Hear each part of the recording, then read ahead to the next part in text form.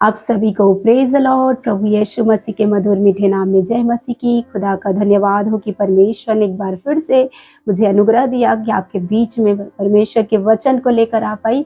मैं खुदा का धन्यवाद करती हूँ। और आज हम जब बाइबल में देखते हैं तो आज का वचन आपको, मुझको, मानव जाति को क्या कहता है, तो हम देखते हैं यशायाह 59 का 20 वचन।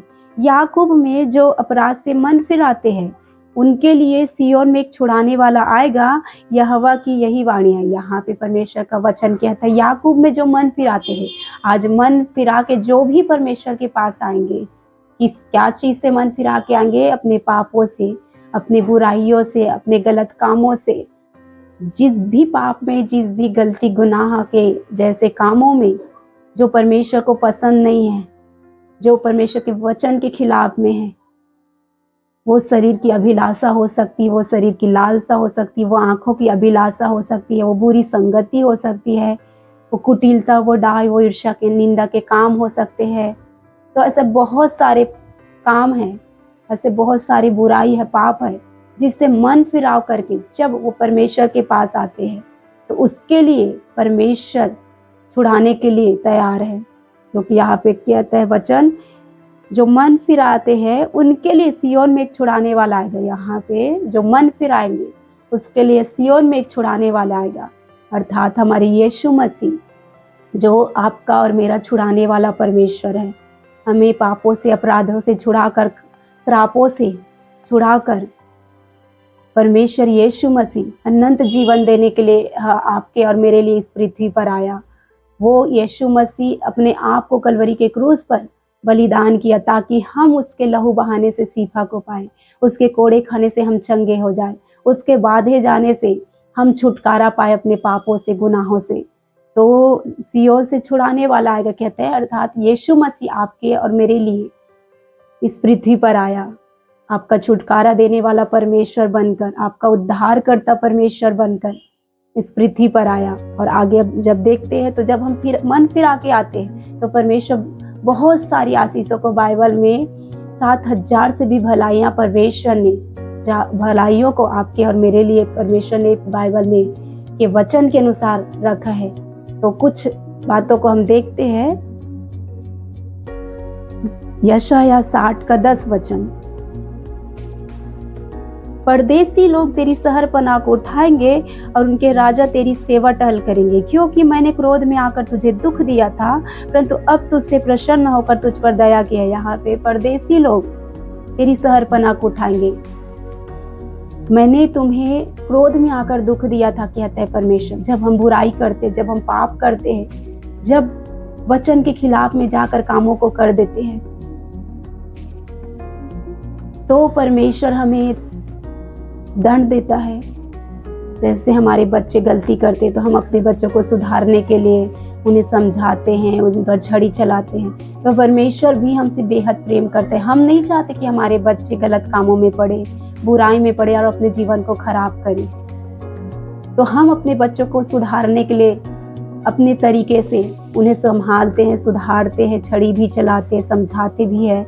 वैसे हमारा परमेश्वर, जब हम बिगड़ जाते हैं, आप और हम जब बिगड़े हुए कंडीशन में हम थे, तब परमेश्वर ने हमें दुख के द्वारा, रोग के द्वारा, बीमारी को हमारे जीवन में आने दिया, क्योंकि हम पाप में थे, बुराई में थे। जब आप पाप में होते हो तो आपके जीवन में पाप के कारण मृत्यु आता है। और मृत्यु का मतलब ये है कि आपके जीवन में रोग आएगा, आपके जीवन में समस्या आएगी, आपके जीवन में कर्ज आएगा, बुराइयां आएंगी।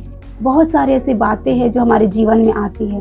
वो हमें सुधारने के लिए होती है, हमें सही करने के लिए, ताकि हम फिर से अपने पापों से मन फिराव करें, लौट कर परमेश्वर के पास आए। उसके लिए परमेश्वर हमें सुधारने के लिए छड़ी चलाता है।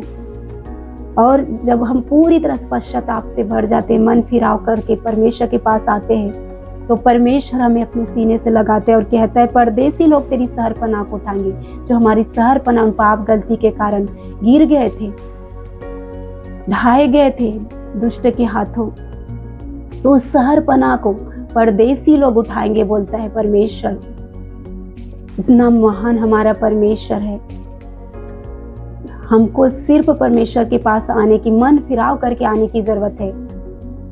उसके बाद परमेश्वर बड़े बड़े काम को परदेसी लोग जिसे आप और मैं नहीं जानते, ऐसे ऐसे लोग वो परमेश्वर हमारे जीवन में हेल्प के लिए भेजता है। और जो हमारे गिरे हुए शहरपनाह पाप के कारण, गलती के कारण, गुनाहों के कारण जो गिरे हुए, उन हालातों में, उन परिस्थितियों में परमेश्वर डिवाइन हेल्परों को भेजता है हमारे जीवन में, आपके जीवन में। अगर आप कर्ज में हो तो परमेश्वर किसी न किसी तरीके से आपका हेल्प करेगा, किसी न किसी लोग को, उनके मन को आपके लिए खोलेगा। तो ऐसे ऐसे परमेश्वर आपकी और मेरी शहरपना को उठाते हैं, हमारी उन समस्याओं पर हमें जय देने के लिए नाना प्रकार की अद्भुत कामों को, पराक्रम के कामों को हमारा खुदा आपके और मेरे जीवन में करता है मेरे प्रियो। और उनके राजा तेरी सेवा टहल करेंगे, और उनके जो राजा होते हैं वो हमारी सेवा टहल करेंगे, कहते हैं आपकी सेवा टहल करेंगे। और आगे कहता है, क्योंकि मैंने क्रोध में आकर तुझे दुख दिया था, क्योंकि मैंने क्रोध में आकर तुझे दुख दिया था। हमने गलती किया तो हमारा परमेश्वर क्रोध तो होगा ही ना, हम क्रोधी होते हैं अपने बच्चों के लिए, हम गलत कर देते हैं तो हमारे माता पिता हमारे लिए गुस्सा करते हैं, हमें सुधारते। तो वैसे परमेश्वर भी क्रोध में आकर हमें ताड़ना दिया, और उस ताड़ना के बाद बेहद प्रेम भी करता है। और आगे कहता है, मैंने तुझे दुख दिया परंतु अब तुझसे प्रसन्न होकर तुझ पर दया की। दुख भी दिया परमेश्वर ने आपको, मुझको, लेकिन जब हम आ जाते हैं परमेश्वर के पास पूरे सच्चे हृदय से, पश्चातापी हृदय के साथ, उन पापों को पीछे छोड़ के, उन पापों से मन फिरा के, तो खुदा हमें अपने सीने से लगाता है। और जिन जिन क्षेत्र में हम उन पाप के कारण गिरे हुए थे, फिर से हमें परमेश्वर वहाँ पे खड़ा करता है, उठाता है, हमारी बातों को, हमारी चिंताओं को अपनी चिंता बना लेता है। जिस हालात परिस्थिति में हमारा जीवन उलझा हुआ था, उन उलझनों को दूर करते, उन समस्याओं पर जय देता है, उन बातों पर जय देता है, उन कामों पर जय देता है। हम पर परमेश्वर दया करूंगा कहता है, और परमेश्वर अपनी दया को अपने वचन के निमित्त हमारे जीवन में, अपनी प्रतिज्ञाओं को हमारे जीवन में पूरा करता है।